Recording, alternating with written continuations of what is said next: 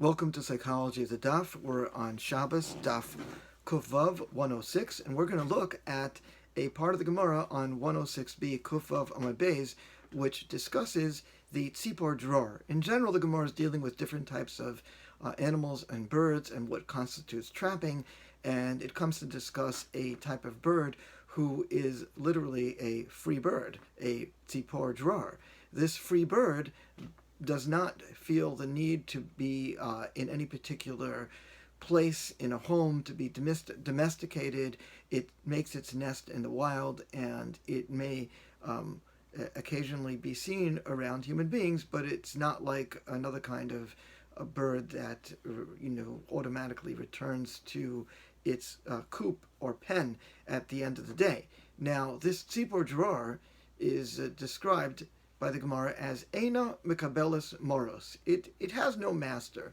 The Tana Debei Rabbi Shmuel, we have learned by the house of the Beis Medrash of Rabbi Shmuel, Lama Nikra Shema Tzipor Dror. Why is it called a free bird?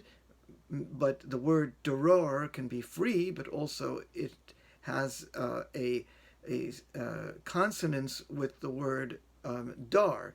Because it lives freely in the home as it lives in the field, meaning it's not tied down in any way. Ramban in Vayikra, Perek Yud Daled, Pasuk Daled, Ramban in Leviticus 14:4, he describes the tzipor dror as one that chirps a great deal.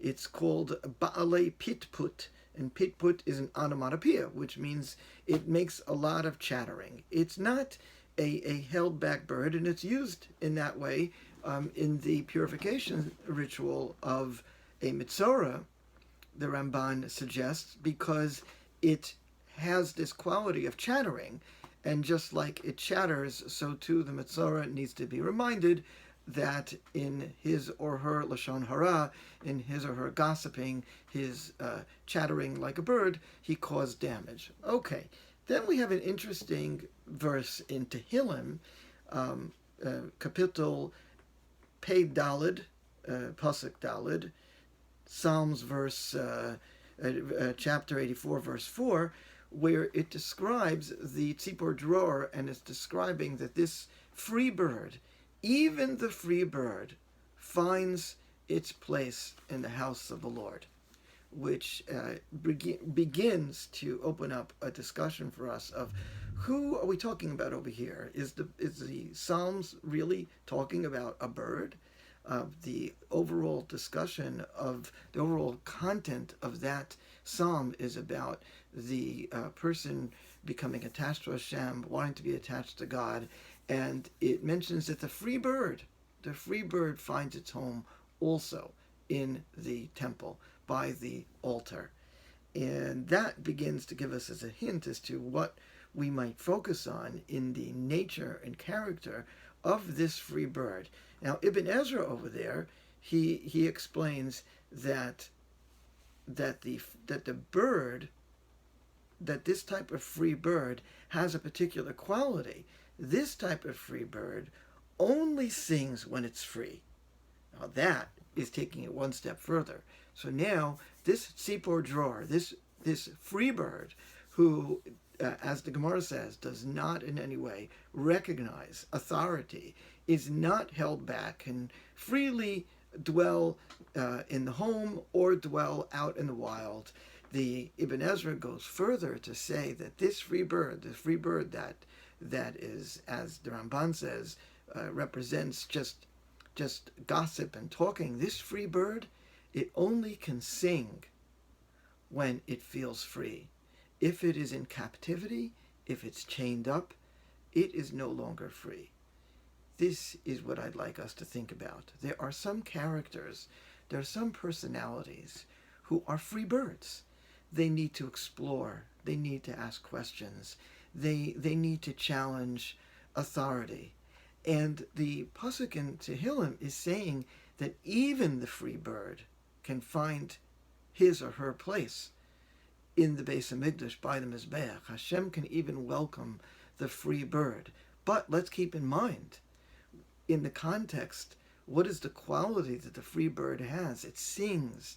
The free bird sings. The free bird can only sing, according to Ibn Ezra, when it doesn't feel captured. But even that free bird, who could only sing when it doesn't feel verklempt, which would you'd say in Yiddish, it doesn't feel all restricted, even that free bird, there's room for him in the Beis Hamikdash, there's room for him near Hashem, and he can sing there too. The other commentaries actually say that it's referring to the Levites, it's referring to the Leviim who sing in the Beis Hamikdash. But combining the Ibn Ezra and the other commentaries, we're saying that the free bird can even be free with Hashem. And now that takes us to the personality type. A lot of times there are odd couples in marriages or even in parent-child relationships where you have one person who is much more free, much more impulsive, much more exciting, maybe an adrenaline junkie or some other type of person, and then you have the very serious, conservative, almost, you might even say, OCPD, which is not OCD, it's obsessive compulsive personality disorder. They need everything exactly so. They get uncomfortable when there's chaos, when there's disorder. They need to plan everything. Oftentimes, their emotions are much more restricted. Oftentimes, they can be cheap with their feelings and even cheap with their money. So you pair up an OCPD person with a tzipor drawer, with a free bird. What do you get? You get a lot of difficulty. Now, if it's a fight to the death, oftentimes the controlling personality wins over the tzipor drawer and gets the tzipor drawer to behave. If it's a parent-to-child relationship, same thing. If you have a parent that's much more authoritarian and much more rigid, and they have a child who is much more of the exploratory type, the tzipor drawer, the person who can't just make his nest in the home but needs to go everywhere and needs to sing, and you can use force and you can capture and control them. Well, you can win in that way, but you're also losing, because Ibn Ezra says that the bird, the tzipor drawer that is captured and held in place, that tzipor drawer doesn't sing anymore. Only Hashem, who's big enough and broad enough and is not insecure and not defensive. Hashem could welcome the tzipor drawer into the Beis Hamikdash, even the free bird, even the free character, and that person can sing in the Beis Hamikdash too. How about that?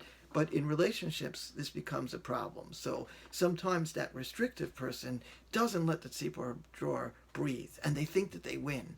They win by clamping them down. They win by disciplining them.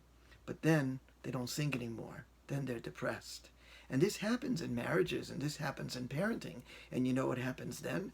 Well, then they go and they take that person, not the one who ruined the life of the free bird, not the one that over-disciplined the child, not the one that restricted to the point of misery their spouse because they needed something in control. No, they take now the sick one, the tzipor drawer, the free bird who no longer sings, who's depressed. And they say, oh my gosh, look, they're depressed. They're terrible.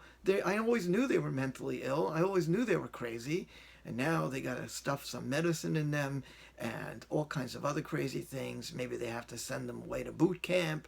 Maybe they have to put them in a hospital. Maybe they have to divorce them. You know, all kinds of good things, because after all, I mean, they're depressed, right? They're miserable. But what people don't get is they're depressed because you won. And by winning, you had to kill your enemy. And you killed the free bird. You were attracted to this person. You married this person because they had exciting qualities. You loved those qualities. You loved their impulsivity, their creativity. And then, boom, after you're married, and you started to be afraid that you can't control that person. Maybe they'll run away from you. Maybe they'll contradict you. Maybe they make you feel small because they're so much more emotionally powerful than you are. So what do? You clamp down on them and you make them miserable until they're depressed and ugly and dysfunctional. And then then you don't realize your sin. Oh, no, no, no, you don't realize your sin. No, you add insult to injury, because what do? You say, they're sick. I always knew they were sick. And you try to fix them more with medicine, or you get rid of them, or you punish them, or you institutionalize them. But what you didn't do was you never respected their freedom. You never respected their voice. You never let them sing. You were too scared of their questions. You were too scared of what they might do. You were scared not of them. You were scared of yourself. You were scared of losing something. You were scared of losing control. You don't have to be afraid of them. Free birds don't hurt anybody. They're happy. They're happy to chirp. Hashem has no problem with them. Hashem says, come into my Beis Hamikdash. Sing away. We love your singing. We have no problem with you. All questions are entertained. We're not afraid. God is not afraid of anybody. He doesn't need anybody to protect his Torah. He's not worried about questions people are going to ask. He's not worried about complaints people are going to have. He's fine with all that. He just wants people to understand. And he will help them understand by getting close to them and loving them, not by smashing them and disciplining them. But that's what people do sometimes to the free bird. So I hope that you're not one of those people that I was talking to. In fact, I'd like to think that most people are not that way, but we must remember the free birds. We must respect the free birds. We must let the free birds roam.